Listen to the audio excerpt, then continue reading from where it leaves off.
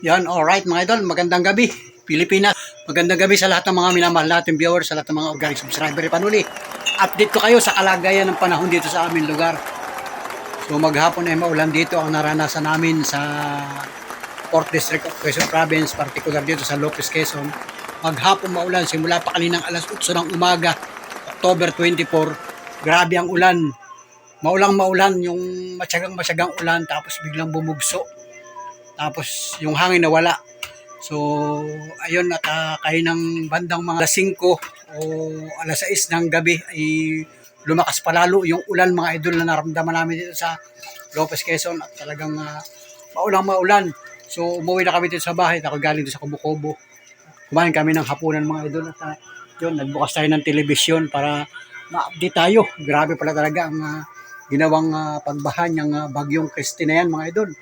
So yun, balita naman sa television ay lalabas na raw ng areas of responsibility ng Pilipinas. So ang problema, baka daw bumalik.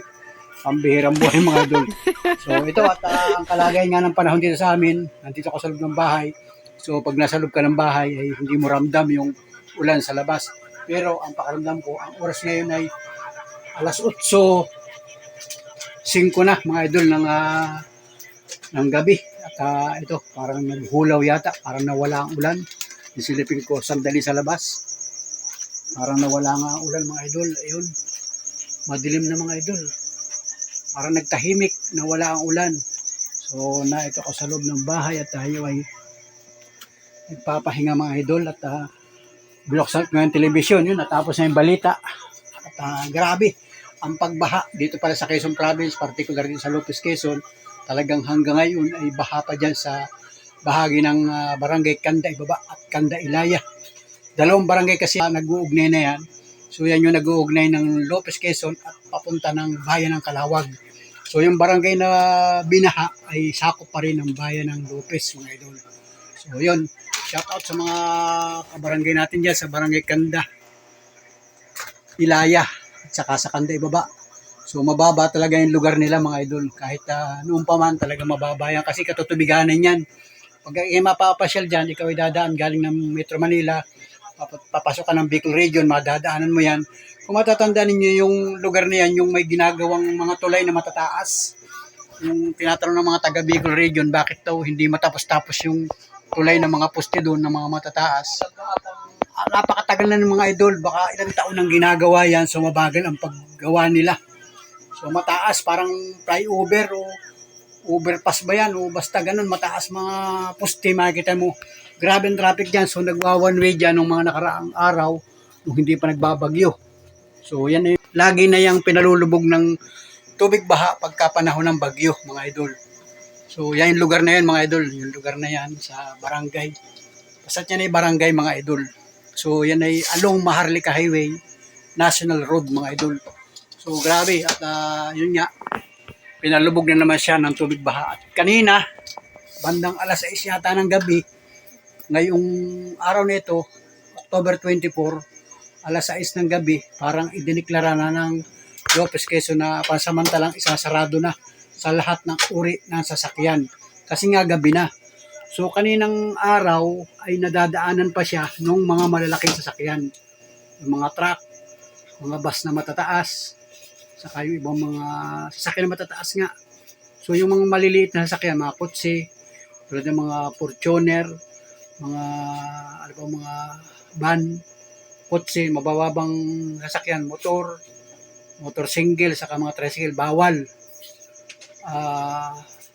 Yun, kaninang umaga yun, kaninang araw, alas 6 hanggang alas 6 ng gabi, pinapayagan yun kasi may mga nag-rescue doon at may mga dumadaan pa.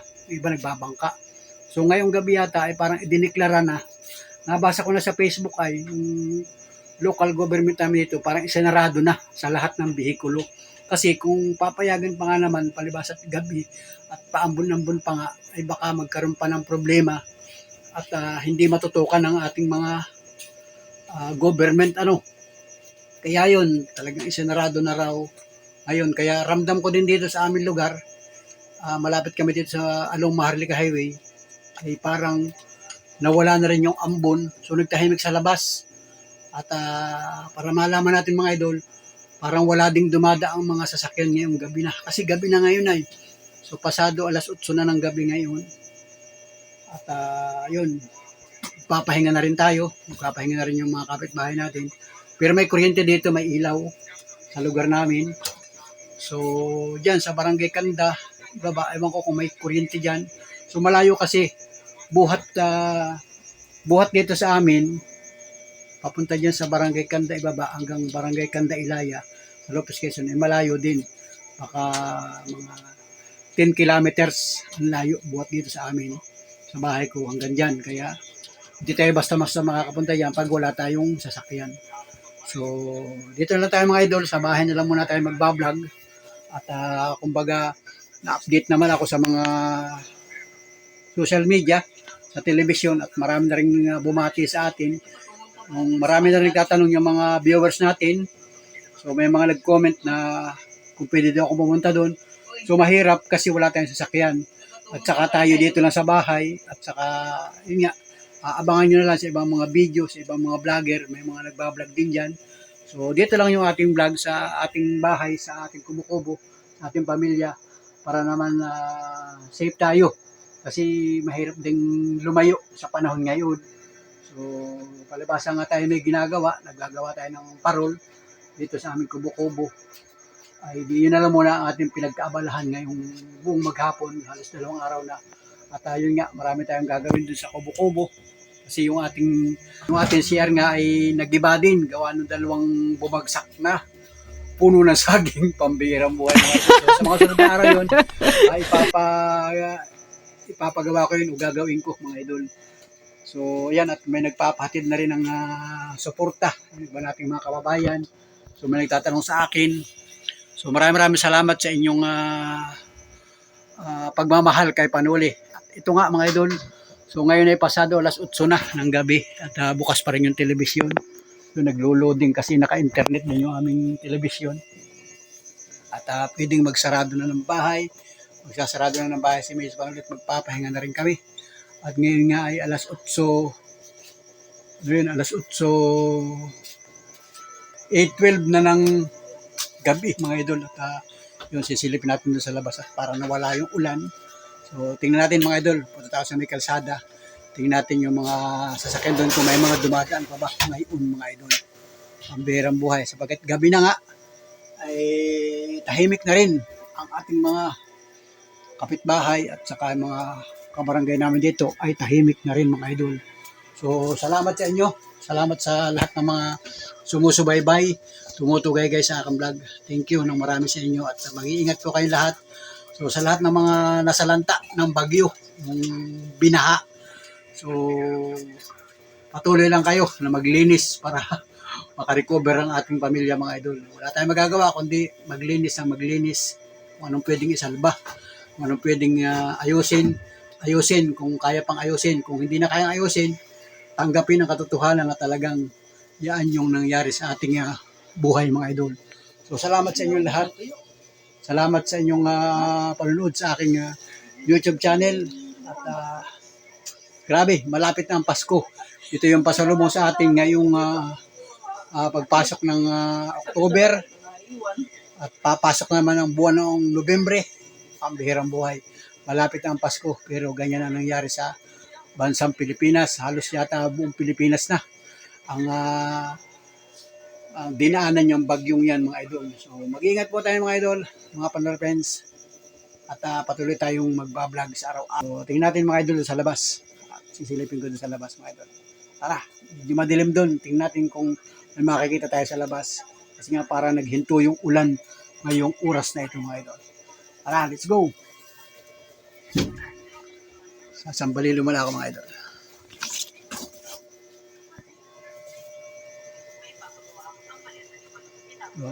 Sasambali lumala ako mga idol. Tara, let's go. Para nawala yung ulan.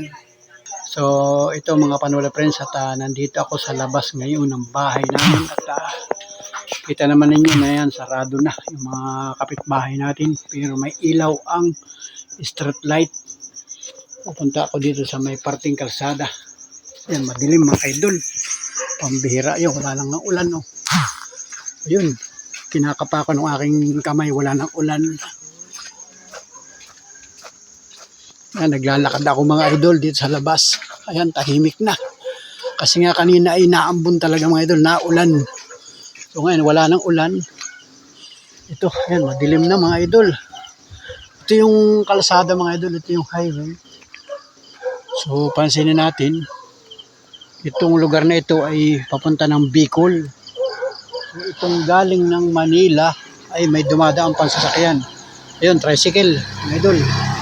Ayun, may tricycle na dumadaan. So ito, galing ito ng Metro Manila. Papasok sila ng Bicol Region mga idol. Papasok sila ng bayan ng Lopez.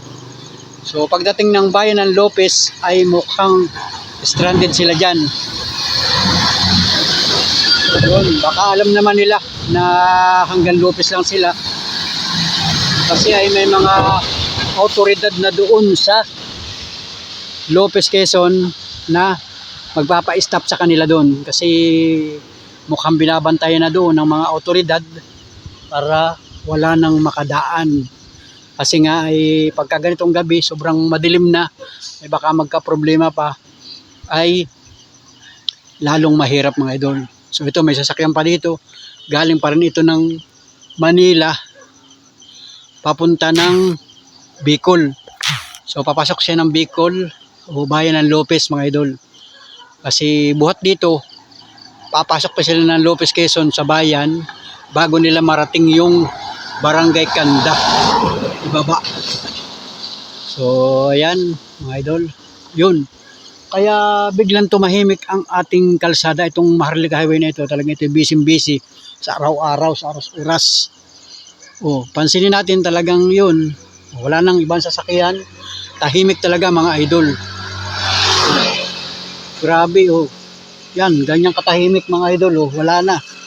Yung nanggagaling dito sa galing ng ito ang lugar ito, galing ito ng Bicol, papasok ng Metro Manila, halos walang dumadaan mga idol. Ito, tingnan natin kung legit nga ba na talagang, kasi yung balita nga kaninang bandang alas 6, nabasa ko yung Facebook, ay bandang alas 7 na ng gabi kanina, ay totally ni sarado na raw yung Barangay Kanda ibaba, Barangay Kanda Ilaya, kasi nga ay tumataas palalo ang tubig baha mga idol. At kung palalampasin pa yung mga malalaking sasakyan at saka yung mga matataas na sasakyan at saka yung mga nagbabangka doon, ay mas mahirap kasi gabi na nga, baka mahirapan ang mga rescuer o yung mga otoridad. Kaya totally ay isinarado na ng tuluyan para bukas na lang yatang umaga. At kumbaga tanggapin na lang ang katotohanan na talagang tumataas ang tubig baha. So hindi katulad nung araw na kumbaga natatanaw o nakikita yung mga nangyayari mga idol. So ayan, walang dumadaan sasakyan mga idol. Dati-rati ganitong oras talagang kabi-kabila na yan. O, mantakin mo ilang minuto na. Walang dumadaan ng mga malalaking sasakyan o malilit na sasakyan mga idol. Nag-clear oh. Parang naalala ko nung nagla-lockdown nung panahon ng COVID. Ganito din mga idol, wala talagang sasakyan sa kalsada. Grabe oh. Ito, may isang tricycle na galing dito sa ito ay taga rito lang ito mga idol. Yan, wala. Galing ng Manila, galing ng Bicol, wala din mga idol. So talagang sarado hanggang sa kasalukuyan. Pero ang kagandahan mga idol ay nawala na yung ulan ngayon. Ito, may parating na isang sasakyan galing ng northbound lane. Kunwari ay galing siya ng Bicol. So ano ba sasakyan ito? Motor single lang mga idol. Motorcycle, baka taga rito lang ito. Malapit lang ito, baka ito dito lang pinanggalingan. So ito, may 4 wheels na isa. Hataw din. Mukhang kotse. So yun, kotse lang. Baka dito lang galing yan mga idol. Baka malapit lang ang pinanggalingan yan. So wala talagang makadaan sa sasakyan. Walang mga malalaking sasakyan ano. Sinaraduhan niya daw ang Kanda. Bobby ko, doon daw nadangan na ba sa Ginyangan? Hindi nyo nga nasurkat. Dito ba sa... O, mas mahirap doon pagkagabi kasi nagbabarahan din doon. Isinarado nga daw ng alas 6 ng gabi ito lahat sa lahat ng uri ng sasakyan, isinarado na. Sinarado na, may tubig pa rin atay. Kasi ay kung gabi nga naman ay baka magka-problema, ay hindi nila makikita ng mga rescuer. Kaya totally isinarado na ng tubig. O, kumbaga doon na magpapalipas ng magdamag, bukas na lang uling alas 6 ng umaga. Makakawala ng mga sasakyan. Kaya biglang tahimik ang kalsada oh. Yan mga idol. Yan, at nakakwentuhan natin isa kong kapit.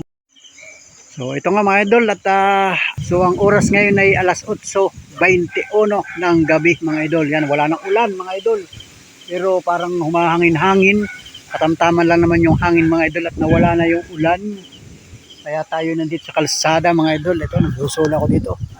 At yung mga kapitbahay nga natin dito, mga kabarangay ay mukhang nagpapahinga na rin sa kanilang mga bahay. Kasi nga kanina ay naulan kanina. Halos buong maghapon ay maulan. At saka ngayong paggabi na, so maulan talaga. Kaya masarap magpahinga sa loob ng bahay. At tayo nga ay nagpahinga din sa bahay. So ngayon ay naramdaman ko na naghulaw. Kaya ako ay nagpunta sa labas. At tayo ay magbablog. Yan, may dadating na isang sasakyan. Yan, parang galing din ito ng style galing ng Bicol. Pero tingnan natin kung ano sasakyan ito. Basta yan ay hanggang dyan lang galing nila sa Lopez. Pero buhat sa Lopez, papasok na Metro Manila, wala nang problema. Ito, mga idol. Yung truck. Truck lang mga idol. Baka dyan lang yung galing mga idol. So yung mga bus na dati dumadaan, wala talaga ngayon dumadaan mga bus na galing ng Bicol. So kayo ng tanghali may pangilan-gilan, may nakita ko kayo ng bandang mga alauna, alas 2 yung Raymond galing ng Bicol, papasok ng Metro Manila. Para nakakalusot sila kasi nga ay pinapayagan ng araw na makadaan yung matataas na sasakyan. So ngayong gabi ay talagang totally isinarado na mga idol. Yan. At dito naman sa aming simpleng barangay, itong Maharlika Highway ay bukas naman ang mga street light. So ayun, kita naman ang yung mga ilaw-ilaw na yan. Yan ay puro mga street light yan mga idol. So natatanaw ng ating cellphone. Pero yung kabuuhan, pati yung kalsada, halos hindi yata makita yan ng mga idol. Pambihirang cellphone ito. So, hindi siya nag-stabilize mga idol. Ayun, wala talagang dumadaang mga malalaking truck na galing ng Bicol, talagang sarado mga idol. So, siguro bukas ng umaga. Bukas ng umaga, mga bandang alas 6 yan, pagliwanag, alas 5. O yung alas 5 maliwanag na yan eh, pag magandang panahon. So baka bukas ay maganda ng panahon, baka wala ng ulan. So ngayon ang kalangitan talagang madilim, wala man lang bituin. So masungit pa rin ang panahon mga idol. At sabi, meron naman daw isang bagyo na papasok dito sa atin sa Pilipinas. Ay awan ko sa buhay, pambihirang buhay atin yan. So nagkakasunod-sunod ang bagyo. Ito, may isang sasakyan na dumadaan, ay mga motor lang ito, mga motor single. Malalapit lang ito mga idol, mga taga rito lang ito. Ay, busog pa ako mga idol. Nabusog ako doon sa ulam namin kanina. Salamat mga idol. Salamat sa lahat ng ating mga kababayan, mga nasa ibang bansa. Sana kayo updated din sa bansang Pilipinas kung ano nangyari sa inyong bayang Sinilangan. So, yeah, shout out sa mga taga Bicol na mga nasa ibang bansa, nasa malalayong lugar, nasaan man kayong sulok ng bansa, mga idol. Ang ating pong bansang Pilipinas, particular ang Bicol region at saka ang Quezon province ay talaga namang pinalubog sa tubig baha. Yan, may mga lugar lang mga idol, mga lugar-lugar lang, hindi naman lahat. Hindi naman lahat tulad sa amin, sa lugar ko. Hindi rin siya kataasan ng baha. Kumbaga normal lang yung baha. Pero baha pa rin. Ang bihirang buhay. Ito, may sasakyan pa galing ng Metro Manila. Yan, hanggang dyan lang sa Lopez yan mga idol.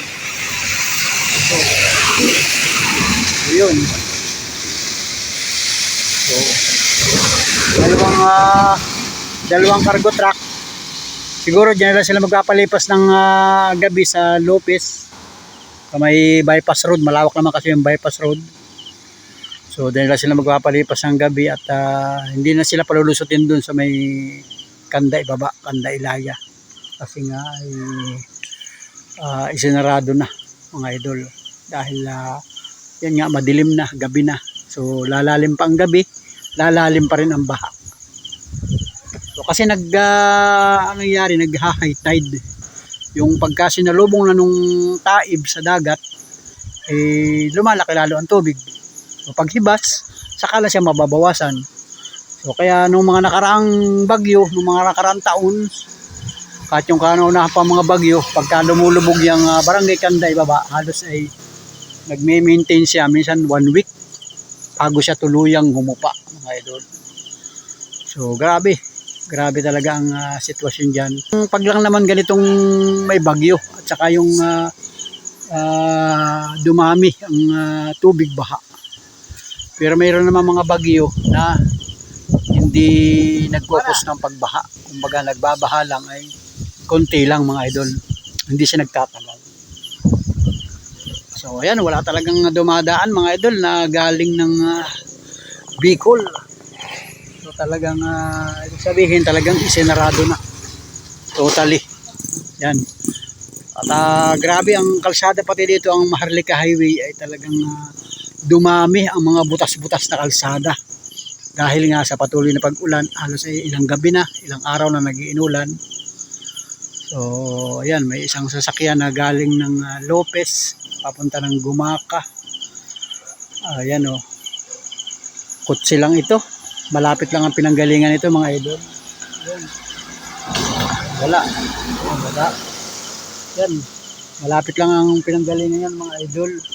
So hindi katulad ng mga normal na araw na talagang halos hindi mabakante itong highway na ito. Sali-salibat yan, sa lubungan talaga. Ang mga kotse at mga trucking, lahat ng uri ng sasakyan, lampasan talaga yan. So ngayon talagang wala. Stranded talaga sila sa Lopez, Quezon mga idol. Grabe yan.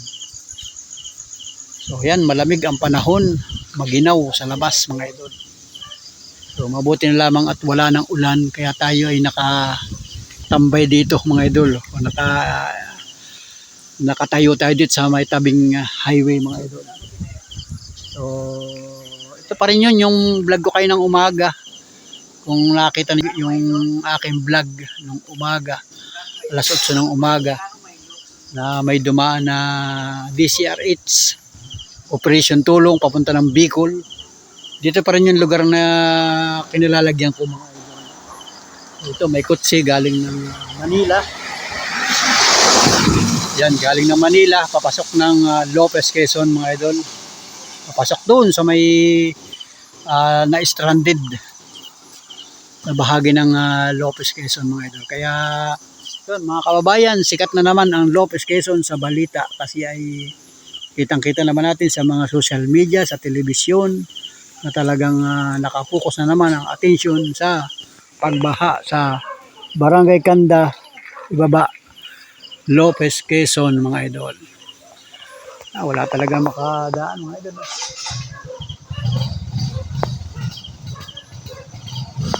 Ito may dadaang isang ambulansya mga idol.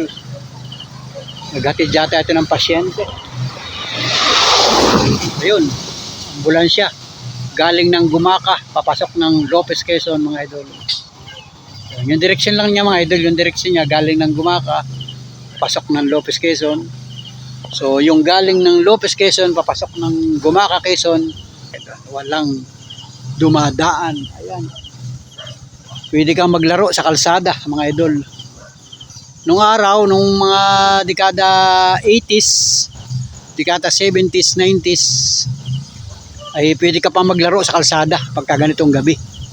So ngayon, hindi na pwede sapagkat napakarami ng sasakyan.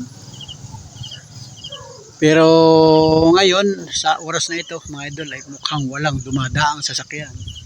Kasi nga ay talagang na-stranded dyan sa Lopez, Quezon. So kaya pwede naman mga idol, halimbawa galing kayo ng Metro Manila, mag-uumpisa pa lang kayong bumiyahe ngayon, pwede kayo magbiyahe. Kasi simula dito sa Lopez, Quezon ay yung ordinaryong oras na kakainin mo pagka ikaw ay magta-travel, 5 hours to 6 hours pag walang traffic. So, sa looban ng 6 na oras, nandito ka na sa Lopez, Quezon, baka umaga na yon, pwede ka nang bumiyahe. Yan o, may mga sasakyan. Galing ng Gumaka, papasok ng Lopez, Quezon mga idol. So, ganun kalayo ang Metro Manila, buhat dito sa amin. Pag may sarili kang sasakyan, baka mga 5 hours o 6 hours, nandito ka na sa Lopez, Quezon. Kung walang aberya mga idol. Sa pagka nakasakay ka naman ng mga bus at traffic, aabutin ka pa ng 7 oras bago ka makarating dito sa Lopez, Quezon galing ng Metro Manila. So ganun kalayo ang aming lugar mga idol bago ka pumasok ng Lopez, Quezon. So ang Lopez, Quezon ay isang bayan, isang munisipalidad na sakop ng Quezon Province, probinsya mga idol. So pagka galing ka ng Lopez, Quezon, tatawid ka ng kasunod na bayan ng Calawag, doon mo madadaanan yung nag-cause ng pagbaha mga idol, yung 2 barangay. So 2 barangay, so ibig sabihin 2 kilometro yung lawak nung pagbaha sa barangay Kanda. So may mga vlog na rin ako dyan nung mga nakaraang araw, nakaraang buwan, kung saan yung barangay Kanda ibaba. So malayo na doon sa aking mga video upload. So pag naganda na uli ang panahon at tayo ay nakapamamasada na, papasyalan ko uli yung lugar na yun mga idol, yung Kanda ibaba. Doon yun, basta yung Kanda ibaba sa Lopez, Quezon ay doon, ang lugar noon ay doon sa mga ginagawang tulay, yung matataas na mga poste o parang flyover na ginagawa na hanggang sa ngayon ay hindi pa natatapos mga idol. So ayun mga idol, at talagang pinakita ko sa inyo yung kalagayan ng Maharlika Highway National Road na talagang walang dumadaang mga malaking bihikulo na nanggagaling ng Bicol Region papasok ng Metro Manila, kasi nga ay totally isinarado raw ngayong gabi yung pagbabantay dyan sa barangay Kanda ibaba sapagkat tumaas lalo ang tubig baha mga idol. Yung mga galing ng Metro Manila, nakakadaan pa sila papasok ng Lopez, Quezon at doon na lang sila magpapahinga o magpapalipas ng magdamag mga idol. So ayun, sa mga magbabiyahe, mga ito, ano bang sasakyan ito? Truck din ito, maliit na truck mga idol. Yan. Malapit lang din ang pinanggalingan nito mga idol. Yun. Baka dyan lang yan sa Lopez galing mga idol. So wala talaga, walang madadaanan. So yan, yung mga kababayan natin na gustong umuwi ng probinsya, yung mga naka-schedule, mga nagpabok na, o mga naka-schedule ng ganitong araw, ganitong pizza, na galing ng Metro Manila, o uwi ng Bicol, o uwi ng Bisaya, kasi mga taga Bisaya, galing ng Metro Manila, yan ay nagpapa-booking pa. Nagpapa-online pa yan. Naka-schedule na talaga sila, nagkataon na bagyo. So, ika-cancel na lang yan, at sa mga susunod na araw na lang, saka uli sila magpapa-schedule pag normal na ang sitwasyon ng ating lansangan. Ito, maraming nanggagaling ng Metro Manila papasok ng Lopez, Quezon. Ito mga sasakyan mga idol.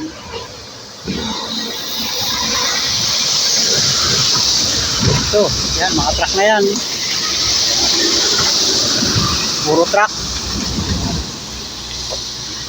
Puro trucking ang dumadaan galing ng Metro Manila. Papasok ng Lopez, Quezon. Puro papasok lang ng Lopez, Quezon lahat ang mga dumadaan yan, mga kotse, mga truck. Yung mga truck na yun, pihadong sa Lopez na magpapalipas na magdamag yan mga idol. Kasi talagang sarado yan mga idol. Kasi marami doon nagbabantay. Marami doon mga otoridad na naatasan na magbantay doon sa mismong barangay, doon sa mismong binabahang lugar mga idol. Kasi marami tayong mga kababayan na siyempre magpipilit na dumaan kahit gabi. So, ang mangyayari, sasawayin yun mga idol, sinasaway. O, wag na kayong tumuloy dyan kasi pag nagka-problema, ay ganun-ganon ang magiging resulta. Kaya, mangyayari niyan talagang lockdown mga idol. Nakalak na siya. So, ito, galing lang ito ng Lopez. Galing ng Lopez. Yan, at pagpapasensyahan ninyo mga kababayan, yung mga nakasasakyan, may mga kutsi, may mga sasakyan na dadaan dito sa Maharlika Highway. Sa ngayon, talagang dumami ang mga butas-butas na kalsada. Gawa nga nung patuloy na pag-ulan mga idol. Grabe yan. So, salamat sa inyo mga kababayan. Salamat sa lahat ng mga minamahal natin viewers, sa lahat ng mga organic subscriber ni Panuli.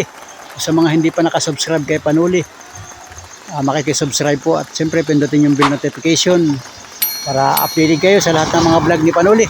Tuloy-tuloy po tayo magbablog. Alright mga idol. At ito. Yan, may mga sasakyan, mga kotse. Yan, talagang nagkakanghihintuay. Ang mga kotse, lalaki ng butas ba naman? Masisira ang mga kotse talaga pagka ganyan. Grabe ang mga butas. Nalagabog talaga yung mga kotse. Yung isang kababayan natin na galing ng Manila, bago ang sasakyan, bago ang kotse. Papasok ng Bicol Region. Pagka galing sa Manila, bago ang kotse. Pagdating sa Bicol, sira-sira na ang kotse. Dami na ang lubak sa kalsada. Kaya yung iba nagbabas na lang. Di na dinadala yung kanilang mga sasakyan, mga idol. So, salamat ng marami sa inyo. Mga friends, thank you sa inyong panonood sa aking YouTube channel. At siyempre, maraming salamat sa mga hindi nag-i-skip ng patalastas sa mga video upload na napapanood niyo sa aking YouTube channel. Maraming salamat po sa inyo at salamat na marami sa atin. Thank you for watching. Bye-bye. God bless. Wow!